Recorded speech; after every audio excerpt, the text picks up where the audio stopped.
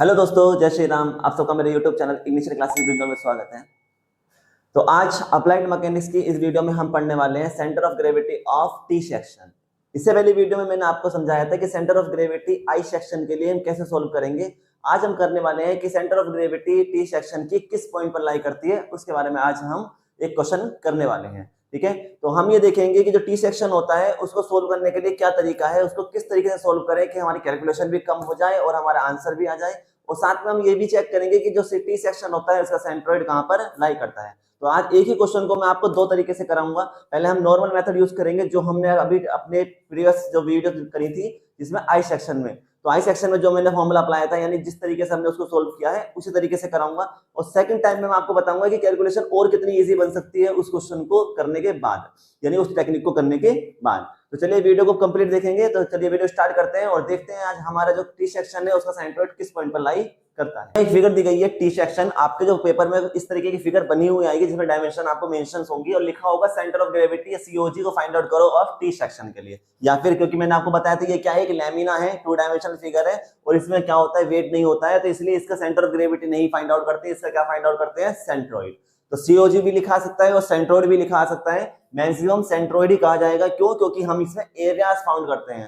तो जब एरिया पे काम चलता है तो हम उसको क्या बोलते हैं, सेंट्रोइड बोलते हैं। तो हम एक्चुअल में क्या करेंगे, हम ये देखेंगे जो ये टी सेक्शन होता है, इस टी सेक्शन का जो सेंट्रोइड है वो किस पॉइंट पर लाई करेगा, कहां पर लाई करेगा, उसकी एक्स एक्स से कितनी डिस्टेंस होगी और वाई एक्स से कितनी डिस्टेंस होगी। अब आती है चीजें कि इसको सोल्व कैसे करें। तो बच्चों देखो, हमारे पास कोई भी ऐसा फॉर्मूला नहीं है जिसमें हम कंप्लीट बॉडी का सेंट्रोइड निकाल सकते हैं। हमारे पास कोई भी ऐसा फॉर्मूला नहीं है। हमारे पास फॉर्मूले किसके लिए हैं, या तो हम रेक्टेंगल का बता सकते हैं कि रेक्टेंगल का सेंट्रोइड इस पॉइंट पर लाई करता है, उसका हमारे पास फॉर्मूला है। या फिर हम ट्रायंगल का बता सकते हैं कि ट्रायंगल का जो सेंट्रोइड है वो किस पॉइंट पर लाई करता है by the using of formulas. या फिर सर्किल। हमारे पास ये 3 से 4 डेरिवेशंस होते हैं या 3 से 4 फॉर्मूलास हैं जिनकी मदद से हम क्या कर सकते हैं, सेंट्रोइड निकाल सकते हैं। लेकिन कोई भी ऐसा फॉर्मूला नहीं है तो कंप्लीट फिगर का हमें क्या निकाल के दे, सेंट्रोइड फाइंड आउट करके दे। ठीक है, बात समझ में आ रही है। तो इसलिए मैं अगर अभी तक पहले आपने अगर तो फनी वीडियोस नहीं देखी है मेरी सेंट्रोइड की, यानी कि रेक्टेंगल और ट्रायंगल का क्या सेंट्रोइड होता है, उसको कैसे फाइंड आउट करते हैं, तो बच्चों एक बार उस वीडियो को जरूर देखना इस वीडियो के बाद, क्योंकि ये बेसिक जानना बहुत जरूरी है। आपको कैसे पता चलेगा कि भाई फॉर्मूला कौन सा लगा रहा हूँ, कहां से लगा रहा हूँ, तो उसका डेरिवेशन वहां से पता चलेगा आपको कि रेक्टेंगल के लिए अच्छे इस तरीके से चीजें आई हैं। तो जब हमें पता होगा कि रेक्टेंगल के लिए डेरिवेशन किस तरीके से हुआ है, तो उसी को डेरिवेशन को यूज करके हम यहाँ पे करेंगे। आप समझ रहे हो? तो एक बार उस वीडियो को जरूर देखना इस वीडियो को कंप्लीट होने के बाद।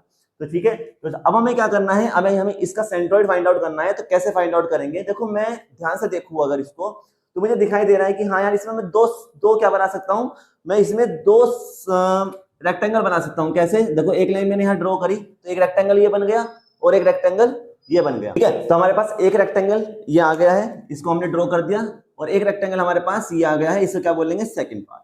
बन गए दो फिगर। अब हमें रेक्टेंगल का फॉर्मूला पता है, तो यानी कि अब हम सिर्फ इस बॉडी के लिए, अगर मैं बॉडी 1 की बात करूं तो सिर्फ इस बॉडी के लिए मैं सेंट्रोइड निकाल सकता हूं by the using of rectangle formulas. मैं इस बॉडी का भी सेंट्रोइड निकाल सकता हूं by the using of rectangle formulas. लेकिन अब मैं क्या करूंगा, जब मेरे पास दोनों का सेंटर ऑफ ग्रेविटी आ जाएगा यानी सेंट्रोइड आ जाएगा, तो फिर मैं उन दोनों को जोड़ दूंगा। तो जोड़ने की मदद से क्या आएगा, मेरे पास इस पूरी कंप्लीट बॉडी का क्या आ जाएगा, सेंट्रोइड आ जाएगा। बात समझ में आ रही है? तो जैसे हम एरिया निकालते थे, मैं कहूं बच्चों बताओ इसका एरिया कितना है, तो आप एरिया कैसे बताओगे, आपको पता ही नहीं है। तो आप क्या करोगे भाई, इसका एरिया निकाल सकते हैं रेक्टेंगल का एरिया के फॉर्मूले से, इसका एरिया निकाल सकते हैं by the using of rectangle area, है ना। अब दोनों को जोड़ देंगे, ऐड कर देंगे, तो मेरे पास टोटल एरिया आ जाएगा ना, कितना है टोटल एरिया। तो वही चीज हम यहाँ पे यूज करने वाले हैं। अब बात ये आती है कि मैं एक्सिस कैसे पास करूं। तो बच्चों हमेशा ये याद रखना, जब एक्सिस पास होती है तो जो एक्सिस पास होनी होती है ना, एक्स और एक्स एक्सिस और वाई एक्सिस, तो वाई एक्सिस तो मैं कहां से पास कर रहा हूं, वाई एक्सिस तो मैंने यहां से पास कर दी। ठीक है, ये कौन सी एक्सिस बना दी मैंने, वाई एक्सिस। कौन सी एक्सिस है, वाई एक्सिस। अब आती है एक्स एक्सिस की बात, कि एक्स एक्सिस कहां से पास करें। तो हमेशा याद रखना, जो भी लार्जर डायमेंशंस होती हैं, लार्जर डायमेंशंस, एक्स एक्सिस या वाई एक्सिस हमेशा वहीं से पास होंगी। समझ रहे हो क्या बोल रहा हूं? अब मैं अगर देखो यहां से, अगर मैं एक्स एक्सिस यहां से पास करता हूं, तो यहां से पास करने से क्या होगा कि इसकी डायमेंशन देखो कितनी सी है, जरा सी है, कितनी है, 30 mm। तो या तो आप चाहो तो आप यहां से भी डायमेंशन को पास कर सकते हो, या फिर आप यहां से कहां से कर सकते हो, यहां से पास कर सकते हो। तो ये कौन सी एक्सिस बन गई, एक्स एक्सिस। मैं प्रीफर करता हूं कि यहां से पास करेंगे। क्यों? क्योंकि यहां से पास क्यों कर रहे हैं, क्योंकि यहाँ पे हमारे पास लार्जर क्या ये डायमेंशन आई है। सबसे ज्यादा डायमेंशन कहां पर है, ऊपर है 70 mm। तो हमेशा याद रखेंगे जो लार्जर पार्ट होगा जिसमें लार्जर डायमेंशन आ रही होंगी तो हमेशा उससे पास करेंगे। जैसे फॉर एग्जांपल अभी मैं बताता हूं, जैसे मैंने टी को इस तरीके से बनाया है ना, ये है क्या है, ये भी एक टी है, तो क्या होगा कि मैं वाई एक्सिस तो यहाँ से पास करूंगा कॉर्नर से, लेकिन एक्स एक्सिस कहां से पास कर दूंगा, यहाँ से। तो जी ये लार्जर, उसके इस केस में क्या है, ये लार्जर है। तो जो लार्जर डायमेंशन होती है कोशिश ये करना बच्चों कि वहां से पास की जाए, बाकी कहीं से भी पास कर सकते हो, ऐसा कोई रूल नहीं है। ओके चलिए, अब हमने क्या करा, इसको थोड़ा सा रफ कर देता हूँ, अच्छा ना लग रहा ना, ये ऊपर से निकल रही है बिल्कुल ऐसा अजीब सा लग रहा है। अब थोड़ी सी सही है, तो ये यहाँ पे लिख देता हूँ, ये कौन सी एक्सिस है, वाई एक्सिस है ना। अब देखो हमें क्या करना है, हमें सेंटर ऑफ ग्रेविटी निकालनी है। तो मैंने मान लिया कि इसकी जो सेंट्रोइड है, जिसको मैंने क्या मान लिया, G1, मैं मान रहा हूं अपनी तरफ से कि मैंने माना कि रेक्टेंगल 1 है, रेक्टेंगल 1 का जो सेंट्रोइड है G1 वो कहां पे लाई कर रहा है, कि वो इस y एक्सिस से कितनी डिस्टेंस पर है, x1, और यहां से x एक्सिस से कितनी डिस्टेंस पर है, y1, मान सकते हैं। इसी तरीके से मैंने माना कि जो ये बॉडी 2 है, इसका जो सेंट्रोइड है G2, ठीक है, ये G1 हो गया, तो ये G2 है, ये यहां से y एक्सिस से कितनी डिस्टेंस पर है, x2, और x एक्सिस से कितनी डिस्टेंस पर है, y2। ये हमने अपनी तरफ से माना, हमें यही फाइंड आउट करना है क्या। अब बात समझते हैं कि भाई हमें करना क्या है। तो बच्चों सेंट्रोइड के लिए फॉर्मूला लिख रहा हूं मैं यहाँ पे, सेंट्रोइड किसके अबाउट x एक्सिस है ना, अबाउट x एक्सिस। मैं ये देखना चाहता हूं कि जो सेंट्रोइड है, जो इस बॉडी का जो सेंट्रोइड होगा, वो x एक्सिस से कितनी दूर है। अबाउट x एक्सिस का मतलब क्या होता है कि x एक्सिस से कितनी दूर है। अब ध्यान से देखो, x एक्सिस ये है, अगर मैं मान लो एक पॉइंट इसकी पूरी बॉडी का मान लेता हूं कि पॉइंट यहाँ पे आया, मान लेते हैं यहाँ नहीं आएगा, अंदर आएगा, मान लेते हैं यहाँ आया, तो मैंने कहा कि ये बताओ मुझे x एक्सिस से कितनी दूर है। अबाउट का मतलब होता है x एक्सिस से कितनी दूर है, तो यहाँ से x एक्सिस से कितनी दूर होगा, कैसे चलूंगा मैं, ऐसे चलूंगा। तो ये कौन सी डायरेक्शन है, y डायरेक्शन। मैं किस डायरेक्शन में चल रहा हूँ, ऊपर नीचे, y एक्सिस डायरेक्शन में चल रहा हूँ। तो इसीलिए जब हम अबाउट x एक्सिस लेते हैं तो फॉर्मूला किस में आता है, y बार में, इसलिए अपोजिट आता है। क्यों, क्योंकि जब मैं x एक्सिस ले रहा हूं तो मैं x एक्सिस से जब मैं इस पॉइंट की डिस्टेंस निकालूंगा तो मैं कैसे डायरेक्शन में चलूंगा, y डायरेक्शन में। तो इसलिए फॉर्मूला किस में आएगा, y बार में। फॉर्मूला क्या होता है, area 1 y1 plus area 2 y2 plus dot dot dot चलता रहेगा अपॉन एरिया 1 प्लस एरिया 2। बात समझ में आ गई है ना। इसी तरीके से जब हम सेंट्रोइड निकालेंगे, सेंट्रोइड किसके अबाउट y एक्सिस। अब आप समझ गए होंगे y एक्सिस का मतलब क्या होगा, कि मैं ये देखूंगा कि जो ये पॉइंट है जो मैं अभी बनाया था, ये पॉइंट y एक्सिस से कितनी दूर है। तो मैं किस डायरेक्शन में चल रहा हूँ, ऐसे चल रहा हूँ, हॉरिजॉन्टल डायरेक्शन में। तो ये कौन सी डायरेक्शन है, x एक्सिस वाली। तो इसलिए डिस्टेंस किस में ली जाएंगी, अब x में ली जाएंगी। तो x bar is equal to formula क्या बनेगा, area 1 x1 area 2 x2 plus dot dot dot upon area 1 plus area 2 plus dot dot dot plus dot dot dot. समझ गए। तो अब हमें क्या क्या चाहिए निकालने के लिए, हमें एरिया चाहिए होगा, y1 और x1 की वैल्यू चाहिए होंगी, है ना। तो अब उसको फाइंड आउट करते हैं, फॉर्मूला लगाते हैं। देखो कैसे, ध्यान से समझना है बहुत अच्छे से, क्योंकि क्वेश्चन 100% आना है इसका, ये ध्यान रखना। बॉडी 1 है, तो मैं यहां लिख रहा हूं बॉडी 1 के लिए क्या, एरिया ऑफ रेक्टेंगल, क्योंकि वो रेक्टेंगल है मुझे साफ साफ दिखाई दे रहा है, तो हम क्या लगाएंगे, फॉर्मूला लगाएंगे एरिया ऑफ रेक्टेंगल। क्या होता है एरिया, क्योंकि एरिया को ए से डिनोट करते हैं, और कौन सी बॉडी है, फर्स्ट है, तो इसलिए 1 लिख दिया मैंने। फॉर्मूला होता है लेंथ इनटू विड्थ, लंबाई गुणा चौड़ाई। एरिया 1, लेंथ कितनी है, ध्यान से देखो कितनी है, यहां से लेकर यहां तक लेंथ कितनी है, 70 mm, तो यानी कितना आ गया 70। चौड़ाई कितनी है, विड्थ कितनी है, 10 mm, तो इसलिए कितना आ गया 10। यहां से एरिया 1 कितना आ जाएगा, 7 × 10 कितना होता है, 700 mm का स्क्वायर। क्लियर है। अब हम क्या निकालेंगे, x1। अब आती है जरूरत हमें फॉर्मूलाज की, रेक्टेंगल का जो मैंने डेरिवेशन आपको कराया है। तो बच्चों अगर आपको नहीं पता है तो जरूर वीडियो देखना। फॉर्मूला क्या बताया था मैंने, कि सेंट्रोइड निकाल सकते हैं y एक्सिस के अबाउट क्या, x1 कैसे निकालेंगे, x1 का फॉर्मूला लिखवाया था मैंने b/2। क्यों, क्या मतलब है इसका, कि जो आपकी जो लंबाई है, लेंथ है, उसका क्या कर दो, हाफ कर दो। क्यों, क्योंकि देखो ध्यान से, x1 क्या है, x1 है इस पॉइंट की इस एक्सिस से, y एक्सिस से डिस्टेंस। तो ये कैसे चल रहा हूं मैं, हॉरिजॉन्टल चल रहा हूं। जब मैं हॉरिजॉन्टल चल रहा हूं तो सीधी सी बात है, मैं डायमेंशन भी कौन सी लूंगा, हॉरिजॉन्टल वाली लूंगा। तो इसलिए क्या लिखा गया यहाँ पर b/2, यानी कि लेंथ जो है इसकी वो काउंट होगी। क्यों, क्योंकि x1 क्या है, हॉरिजॉन्टल डायरेक्शन में है, हॉरिजॉन्टल क्या है, डायमेंशन है, क्योंकि देखो ध्यान से यहां से लेकर यहां तक की डायरेक्शन, यहां से लेकर इस पॉइंट से लेकर इस एक्सिस तक की डिस्टेंस, तो ये कैसी है, हॉरिजॉन्टल है, तो इसीलिए डायमेंशन में कैसे लेंगे, हॉरिजॉन्टल। तो यहाँ क्या आ जाएगा 70/2। अब बात ये आती है कि देखो ध्यान से, हमें चाहिए होता है x1 का मतलब होता है कि इस पॉइंट से लेकर एक्सिस तक की डिस्टेंस। तो देखो ये पॉइंट को भी टच कर रहा है और एक्सिस भी, ये रेक्टेंगल जो है ये किसको टच कर रहा है, एक्सिस को भी टच कर रहा है, कौन सी, y एक्सिस को, तो इसीलिए सिर्फ इतना ही आएगा, है ना। तो कितना आ जाएगा 235, that means x1 is equal to कितना आ गया 35 mm। अब हम क्या निकालेंगे, क्या फाइंड आउट करना है, y1 का फॉर्मूला लिखवाया था मैंने d/2। अब आते ही बात y1 की। y1 क्या है कि इस पॉइंट की x एक्सिस से डिस्टेंस, तो ये रेक्टेंगल जो है ये किसको टच कर रहा है, ये जो ऊपर वाली जो रेक्टेंगल की जो ऊपर वाली जो सरफेस है, यानी कि ऊपर वाली जो लाइन है ये किसको टच कर रही है, x एक्सिस को टच कर रही है, तो इसलिए फॉर्मूला क्या रहेगा, d/2 ही रहेगा। क्यों रहे, अभी क्यों, मतलब ये जो चीज बता रहा हूं अभी नेक्स्ट फिगर में समझ जाओगे कि क्या मतलब है इसका। तो ये लाइन इसको टच कर रही है, तो फॉर्मूला क्या हो गया, d/2।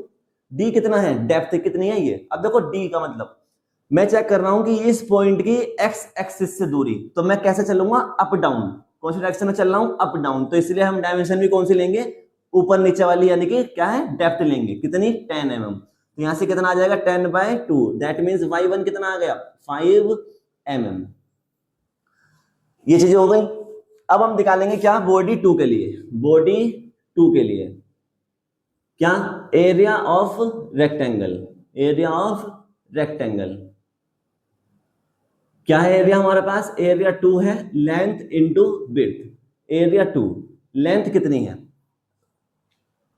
कंफ्यूज होने वाली जरूरत कुछ नहीं है। अगर आपको डायमेंशन समझ में नहीं आ रही है तो जिस तरीके से उन्होंने फिगर बनाई है आप उसी फिगर को यहां बना लो अपने राइट साइड में, जहां पे आप ये एरियाज निकाल रहे हो। तो मैंने बिल्कुल ऐसे ही बनाया जैसे ये लिखा हुआ था, इस तरीके से रेक्टेंगल मैंने ऐसे ही बनाया। तो ये कितनी है 30 mm और ये कितनी है 70 mm, तो ये तो हो गई मेरे पास 70 mm और ये ऊपर मेरे ये दी है कितनी 30 mm। अब मैं एरिया निकाल सकता हूं, एरिया क्या होता है, तो एरिया कितना होता है, लेंथ इंटू विड्थ। अब ध्यान से समझना, ये बच्चों जो दी है 30 mm, ये है इसकी लेंथ अब की बार, और चौड़ाई कितनी है, विड्थ कितनी है 70 mm। कभी कंफ्यूजन में इसको लेंथ मानो नहीं बच्चों, हमने जब अगर ध्यान से देखा है तो हमारी लेंथ क्या है, लंबाई किस डायरेक्शन में चलती है, एक्स डायरेक्शन में, हमेशा ऐसे चलती है। तो ये पहले वाले केस के लिए ये लंबाई थी, तो अब पहले वाले केस को ही मान के चलेंगे, तो उस केस में ये जो है ये इसकी लेंथ है, और ये जो पहले वाले केस में ये चौड़ाई थी, विड्थ थी, तो इसके केस में ये क्या है, विड्थ है, चौड़ाई है, ये ध्यान रखना, ठीक है। तो लेंथ कितनी है हमारे पास, लेंथ है हमारी 30 और विड्थ कितनी है 70। इसका मतलब एरिया 2 कितना आ जाएगा 2100 mm का स्क्वायर। अब क्या निकालना है हमें, x2 के लिए मैंने फॉर्मूला क्या लिखवाया था, फॉर्मूला तो वही रहेगा क्या, b/2।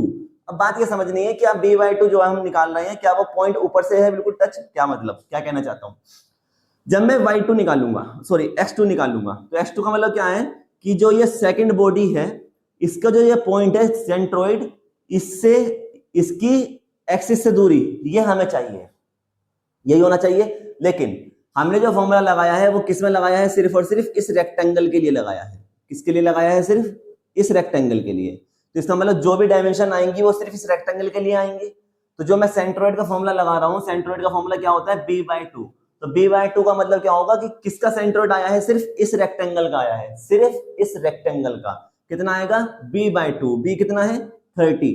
इसका मतलब मान लेता हूं कि इस पॉइंट कहां तक आएगा, ये पॉइंट आएगा 15, हाफ करेंगे ना, तो 30 का हाफ कितना होता है 15। बात समझना क्या समझा रहा हूं, इसका मतलब ये हुआ है कि जो ये रेक्टेंगल है, इसका जो सेंट्रोइड पॉइंट है जी, वो इस एक्सिस से कितनी डिस्टेंस पर होगा, 15 mm की। समझ गए क्यों, क्योंकि हमने फॉर्मूला लगाया सिर्फ रेक्टेंगल का, तो हमारे पास सेंट्रोइड भी किसका आएगा, सिर्फ रेक्टेंगल का ही आएगा। तो रेक्टेंगल का जो सेंट्रोइड है वो कहां पर लाई कर रहा है, वो इस एक्सिस से, रेक्टेंगल की जो ये एक्सिस है, इससे साइड से कितनी डिस्टेंस पर, 15 mm की डिस्टेंस पर। क्यों, क्योंकि पूरी कितनी 30, तो आधे पर लाई करता है, तो कितना आ गया 15। लेकिन मुझे क्या चाहिए, मुझे चाहिए कि भाई इस पॉइंट की जो हमने सेकंड पार्ट है, इसका सेकंड बॉडी है, इसका जो सेंट्रोइड है, तो मुझे इस पॉइंट की डिस्टेंस चाहिए कहां से, y एक्सिस से, जो मैंने मानी है y एक्सिस। समझ रहे हो, तो कुछ ना कुछ गड़बड़ है। तो हमारे पास यहां से लेकर यहां तक की डिस्टेंस तो आ गई इस फॉर्मूले से कितनी 15 mm, लेकिन हमें और कितनी चाहिए, हमें चाहिए यहां से लेकर यहां तक की डिस्टेंस और चाहिए। मैं इसमें ऐड करूंगा तब मेरे पास डिस्टेंस कहां से आएगी, इस पॉइंट की इस एक्सिस से डिस्टेंस आएगी। अब मुझे क्या चाहिए है ये, तो ये कितनी है ध्यान से देखेंगे। मेरे पास देखो ये ऊपर अगर मैं बढ़ाता हूं तो मेरे पास ऊपर बढ़ाने पे देखो क्या होगा, ऐसे मैंने ऊपर बढ़ाया तो मेरे पास एक यहाँ पे पॉइंट मिल गया, एक यहाँ पॉइंट मिल गया, इसको मैंने ऊपर बढ़ा दिया। ये कितना है 30, तो पूरा कितना है 70, पूरा कितना था 70 और मैंने ये कितना बढ़ाया है ऊपर की तरफ 30, कितना बच गया 70 मैंने 30 40, कितना बचा 40 mm बचा। अब क्योंकि ये सिमेट्रिकल फिगर है तो जितना पार्ट इधर की तरफ है उतना ही पार्ट इधर की तरफ भी है, तो इसका मतलब क्या होगा, इधर भी 20 mm की डिस्टेंस बची होगी और इधर भी कितनी होगी 20 mm की डिस्टेंस बची होगी। बात समझ में आ गई। अब चेक कर लो 20 प्लस 30 कितना हो गया 50, 50 प्लस 20 कितना हो गया 70, आ गया नहीं आ गया 70 पूरा, समझ रहे हो। तो इस तरीके से डिस्टेंस निकाल लेंगे। अब मैं इसमें क्या ऐड कर दूं, इसमें 20 और ऐड कर दूं।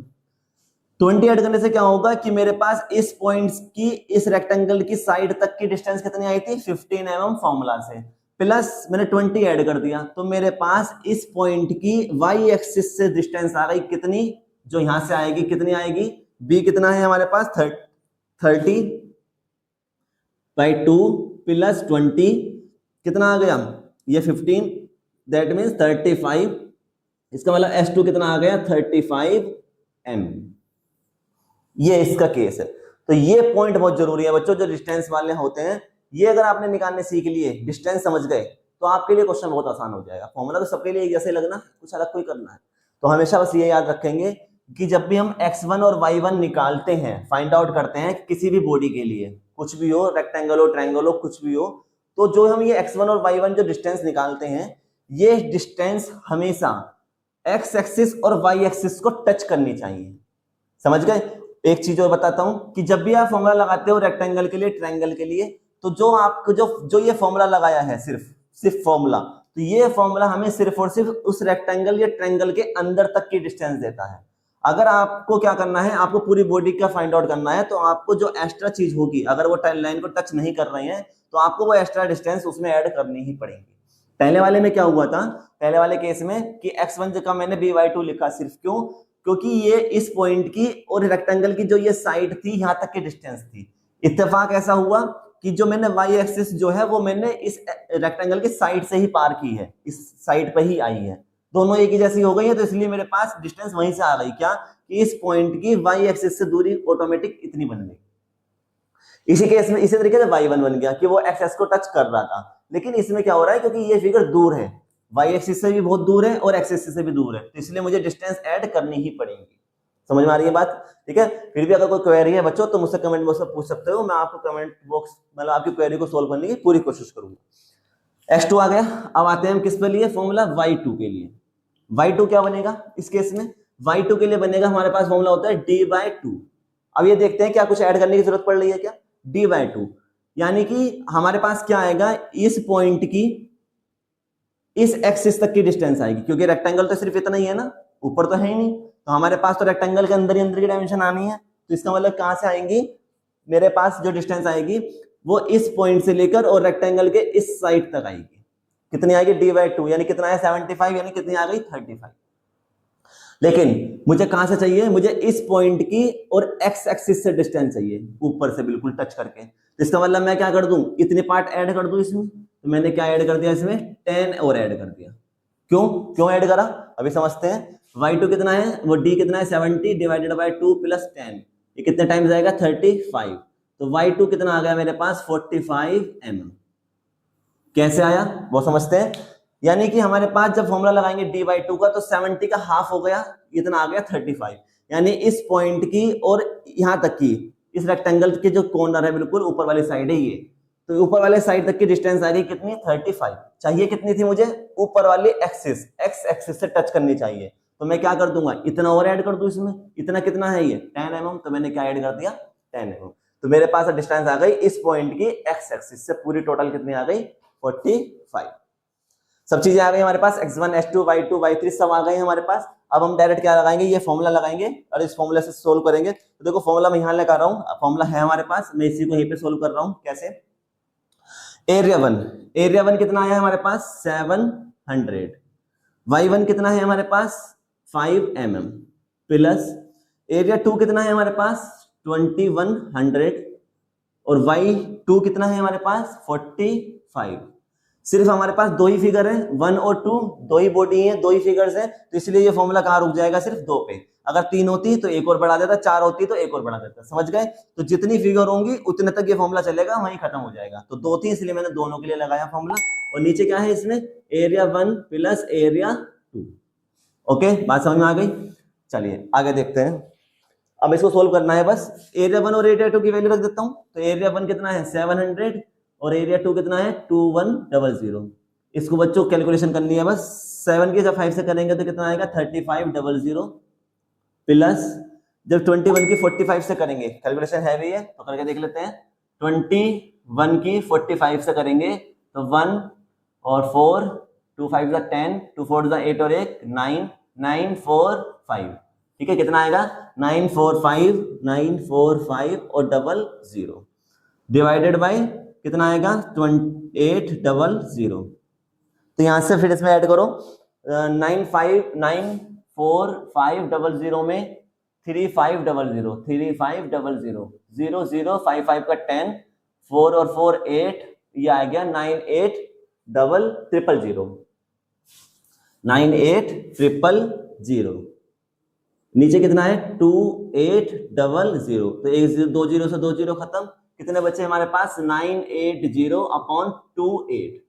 सबसे छोटी डिजिट क्या है 2 से कट कर लेते हैं। तो 2 4 8, 2 9 8, 9 18 है ना, और 0 2 4। अब 2 से फिर से कर लेते हैं, 2 7 टाइम्स आएगा और 2 2 4, 2 4 8, 2 5 10। 7 से डिवाइड करते हैं तो 7 3 21, 3 बचेगा 35 हो गया और 7 5 35। दैट मीन्स कितना आ गया टाइम 35। तो यहां से हमारे पास क्या था, ये फॉर्मूला किसके लिए था, वाई बार के लिए। तो वाई बार हमारे पास कितना आ गया 35 mm। 35 mm। इसी तरीके से किसके लिए लगाएंगे, वाई एक्सिस, एक्स एक्सिस के लिए, वाई एक्सिस के लिए। तो फॉर्मूला क्या आएगा, एरिया 1 तो हमारे पास 700 है, x1 कितना है 35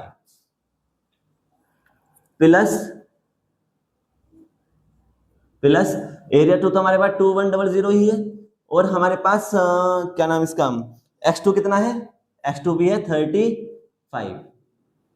नीचे कितना चल रहा है हमारे पास, एरिया 1 एरिया 2, एरिया है हमारे पास 700 और एरिया 2 है। जब इसकी कैलकुलेशन करेंगे तो मैं आपको शॉर्ट ट्रिक बता देता हूं क्या, कि अगर आपके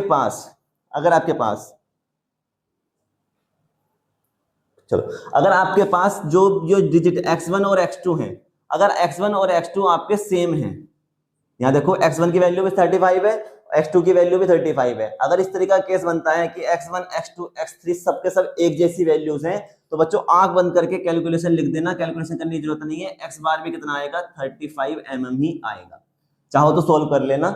क्यों? क्योंकि देखो जिस 700 और 21 से ऊपर मल्टीप्लाई की है तो नीचे भी 700 और 21 है, तो ये कैंसिल हो जाएंगे, तो 35 ही आंसर आना है। कब? जब हमारे पास x1 x2 x3 इन सबकी वैल्यू कैसी हो, सेम हो, एक ही जैसी हो। तो इसका मतलब हमारे पास y बार भी कितना आ गया 35 mm और x बार भी कितना आ गया 35 mm। तो बच्चों यही हमारा आंसर है। ठीक है, इसको हाईलाइट करके आना ताकि अलग दिखाई दे थोड़े से, इनको हाईलाइट कर देना। तो दैट मीन्स ये क्या मतलब हुआ, आप एक लैंग्वेज लिख सकते हो क्या, कि centroid of the given figure, centroid of the given figure लिख सकते हो, या फिर लैमिना लिख सकते हो, या टी सेक्शन, जैसा उसने कहा है वैसा लिखना। ठीक है, गिवन लैमिना इज लाइंग, ठीक है, is lying x bar is equal to 35 mm जो हमारा आया है, and y bar is equal to 35 mm lying at. ठीक है, अगर ये इस तरीके से आप लैंग्वेज लिख के आओगे तो बड़ा अच्छा इंपैक्ट पड़ेगा, मार्क्स कंप्लीट मिलने के चांसेस बन जाते हैं। क्या बता रहे हैं हम, कि उसने हमसे क्या पूछा था कि सेंट्रोइड बताओ टी सेक्शन का, तो हम यही लिख रहे हैं कि जो सेंट्रोइड है टी सेक्शन, ठीक है, जो भी क्वेश्चन होगा वही लिखना है यहाँ पर। Centroid of the given figure या centroid of the T section is lying at x bar is equal to 35 mm and y bar is equal to 35 mm। और अच्छा लिखना चाहते हो तो लिख देना कि centre of the given figure या centre of the T section is lying at about x axis is y bar is equal to 35 mm and about y axis is x bar is equal to 35 mm। तो हम क्या बता रहे हैं कि हम ये बता रहे हैं कि जो ये कंप्लीट फिगर है, इस कंप्लीट फिगर का जो सेंट्रोइड है वो x बार, यानी x बार का मतलब क्या, y एक्सिस से कितनी डिस्टेंस पर है, 35 डिस्टेंस पर है, और x एक्सिस से कितनी डिस्टेंस पर है, 35 mm की डिस्टेंस पर है। सिंपल है। अब आप सोचोगे सर मेरी समझ में नहीं आ रहा कि कैसे आ रहा है, तो मैं अगर दिखाना चाहूं तो कैसे दिखाऊंगा। जो अंदर देखो इसको रफ कर रहा हूं, क्या होगा इसका मतलब समझते हैं। हमने क्या किया है कि हमें कंप्लीट बॉडी का वो नहीं पता था डायमेंशन, मतलब हमारे पास कोई ऐसा फॉर्मूला था ही नहीं कि कंप्लीट बॉडी के सेंट्रोइड निकाल सके। तो हमने क्या करा, हमने अलग अलग बॉडी का सेंट्रोइड निकाला। तो मैंने क्या करा, पहली बॉडी का सेंट्रोइड देखा x1 y1 से कहां पर लाई कर रहा है, मैंने बॉडी 2 का सेंट्रोइड देखा कि x1 y2 से कहां पर लाई कर रहा है, और इन दोनों को मैंने क्या कर दिया, यहाँ ऐड कर दिया इस फॉर्मूला में। तो मुझे क्या पता चला कि मुझे कंप्लीट बॉडी का सेंट्रोइड आ गया कि भाई कंप्लीट बॉडी का सेंट्रोइड x बार और y बार इतना होता है। कैसे पता चला कि इसका मतलब क्या है, जो छोटी छोटी बॉडी मानी थी तो उसको g1 से डिनोट करा था। अब क्योंकि ये कंप्लीट बॉडी का क्या है, सेंट्रोइड है, इसे किससे डिनोट करेंगे, सीधी सी बात है g1 से ही डिनोट करेंगे, लेकिन कैपिटल G से, कैपिटल G से करेंगे, है ना।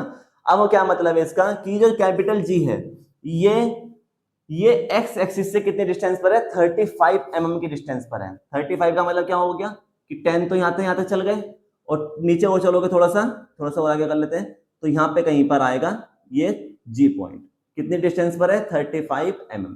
इसका मतलब जो सेंटर ऑफ ग्रेविटी है ये x एक्सिस से कितनी नीचे है, कितनी डिस्टेंस पर है, 35 mm की डिस्टेंस पर है। 10 ये हो गया, 25 मैंने यहां से ले लिया।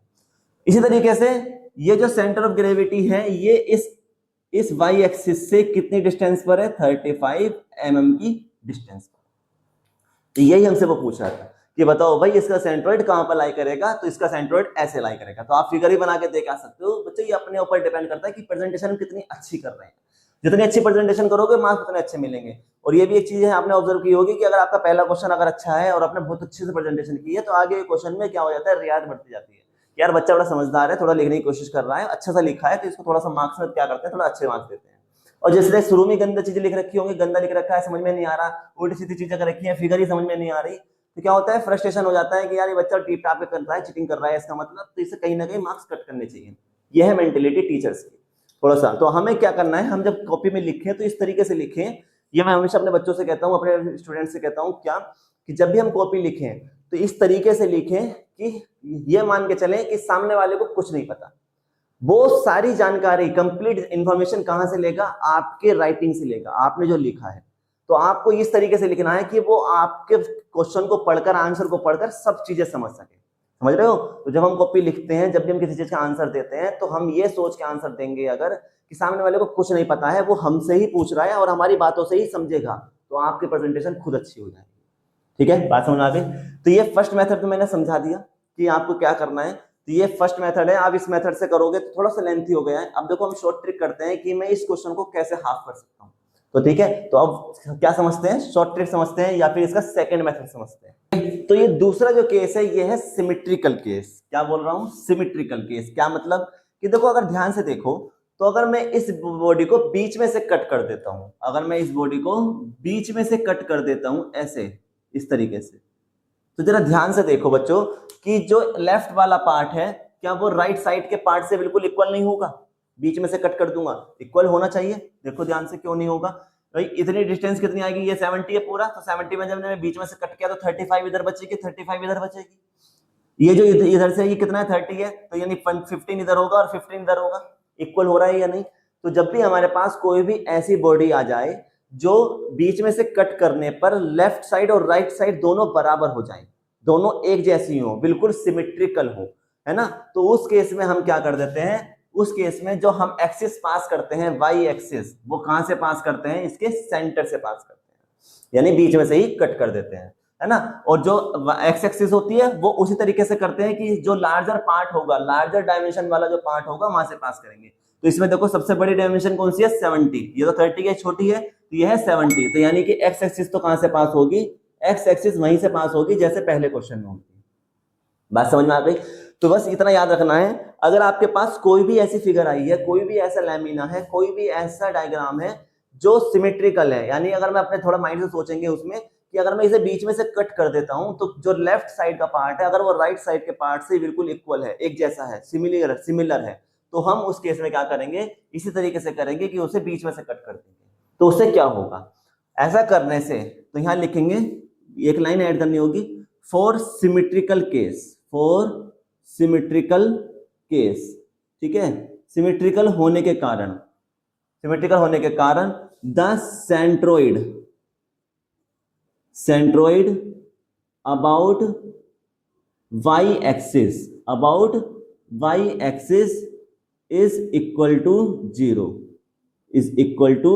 जीरो। इसका मतलब क्या हो गया, y एक्सिस के अबाउट का मतलब क्या था कि y एक्सिस का मतलब x बार, तो x बार जो हो जाएगा वो क्या हो जाएगा, जीरो हो जाएगा, x बार क्या बन जाएगा, जीरो बन जाएगा। तो इससे हमें यह फायदा हो गया, अब हमें x बार निकालने की जरूरत नहीं पड़ेगी, अब हम सिर्फ क्या निकाल लेंगे, सिर्फ और सिर्फ y बार फाइंड आउट करेंगे। तो एक पार्ट तो हमारा कम हो गया ना क्वेश्चन का, बिल्कुल आधा हो गया क्वेश्चन, अब तो एक पार्ट बिल्कुल खत्म हो गया, दूसरा पार्ट निकालना है हमें, तो क्वेश्चन कितना हाफ हो गया।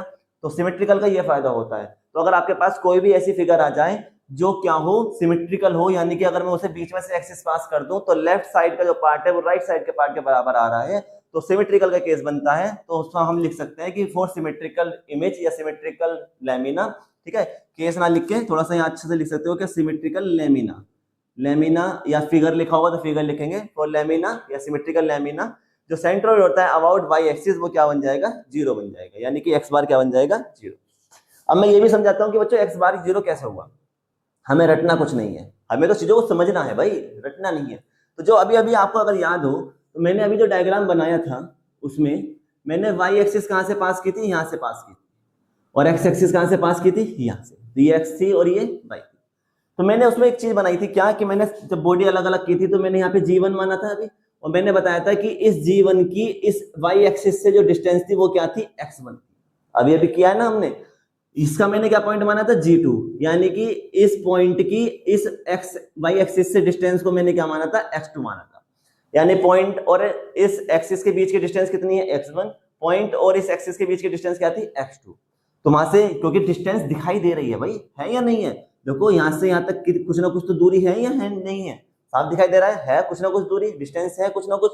और आई भी थी, कितनी आई थी, 35 mm आई थी, इसकी भी 35 mm आई थी, तो 35 mm तो बहुत ज्यादा होती है ना। तो क्यों आई है 35, दोनों की सेम 35 ही क्यों आई है, ये बात समझाना चाह रहा हूं, क्योंकि बच्चों ये सिमेट्रिकल केस है। आप अगर y एक्सिस यहां से पास करते हैं तो जो x1 आएगा वही x2 आएगा, और जो x1 x2 आएगा वही x बार आएगा। क्यों, क्योंकि ये फिगर सिमेट्रिकल फिगर है, इसीलिए है। तो ये तरीका हम अजमा तो लेते हैं, क्वेश्चन कर तो लेते हैं ये, लेकिन ये हमारी बेवकूफी है कि अगर हमारे पास सिमेट्रिकल के केस होते हुए भी अगर हम x बार निकाल के दे रहे हैं तो इसका मतलब हमें चीजें कहीं ना कहीं कम आती हैं। तो इसीलिए मैंने बताया था कि मैं पहले पुराने मेथड से कराऊंगा, उसके बाद मैं एडवांस बताऊंगा कि कहाँ चीजें अच्छे से हो सकती है। तो ये है ओल्ड मेथड, मतलब कि ये बेस है बिल्कुल, जिसे सिमेट्रिकल केस नहीं पता होता है वो इस क्वेश्चन को करता है, क्योंकि ये x बार सेम इसलिए आई है तीनों, क्योंकि ये सिमेट्रिकल है। सिमेट्रिकल का मतलब क्या होगा, देखो यहाँ जीरो क्यों आया, यहाँ इस पॉइंट से लेकर y तक की डिस्टेंस को x1 मानने थे, लेकिन जब मैं इस पर पॉइंट बनाऊंगा तो मैंने कहा क्योंकि सेंटर से पास हो रही है तो मैंने कहा कि ये पॉइंट क्या है, g1 है, और मैंने यहाँ पे कहा कि ये पॉइंट क्या है, g2 है। अब जरा ध्यान से देखो आप कि y एक्सिस जो है, y एक्सिस है ये, और इस y एक्सिस के ऊपर ही क्या आ गए हैं, ये पॉइंट आ गए हैं g1 और g2, y एक्सिस के ऊपर ही है, बिल्कुल ऊपर रखे हुए हैं। तो ये जो x1 थी, ये डिस्टेंस क्या थी कि पॉइंट और एक्सिस के बीच की डिस्टेंस, पॉइंट और y एक्सिस के बीच की डिस्टेंस। लेकिन यहाँ पॉइंट कहाँ है, y एक्सिस के ऊपर ही बैठे हुए हैं, तो क्या कुछ डिस्टेंस होगी, नहीं, डिस्टेंस कितनी बन गई, जीरो। इसका मतलब यहाँ से x1 कितना है, जीरो, क्योंकि डिस्टेंस है ही नहीं ना, बिल्कुल एक के ऊपर एक रखे हुए हैं पॉइंट, तो जब डिस्टेंस ही नहीं है तो x1 कितना बन गया, जीरो। तो x2 कितना बन गया, यहाँ से भी जीरो। जब x1 जीरो है, x2 जीरो है, तो सीधी सी बात है x बार में कितना आएगा, जीरो आएगा। जब यहाँ पे x1 35 था, ये भी 35 था, तो x बार कितना आया था, 35, इसलिए आ रहा है। क्यों, क्योंकि सिमेट्रिकल केस है। सिमेट्रिकल केस होने की वजह से क्या होगा कि जो वैल्यू x1 की होगी वही x2 की होगी, और जो x1 x2 की होगी वही x बार की होगी। तो हम क्यों मेहनत करें, हम डायरेक्ट सिमेट्रिकल के केस ना लगाएं, ठीक है, बात समझ में आई क्यों कर रहा हूं। तो याद रखना, अगर आपके पास कोई भी ऐसी फिगर आ रही है जिसे बीच में से कट करने पर वो लेफ्ट और राइट साइड के पार्ट दोनों इक्वल हो रहे हैं, तो उसमें कैलकुलेशन नहीं करनी है, डायरेक्ट ये लाइन लिखनी है कि फॉर सिमेट्रिकल लैमिना जो सेंटर ऑफ ग्रेविटी होगी वाई एक्सिस के अबाउट, वो क्या बन जाएगी, 0 बन जाएगी।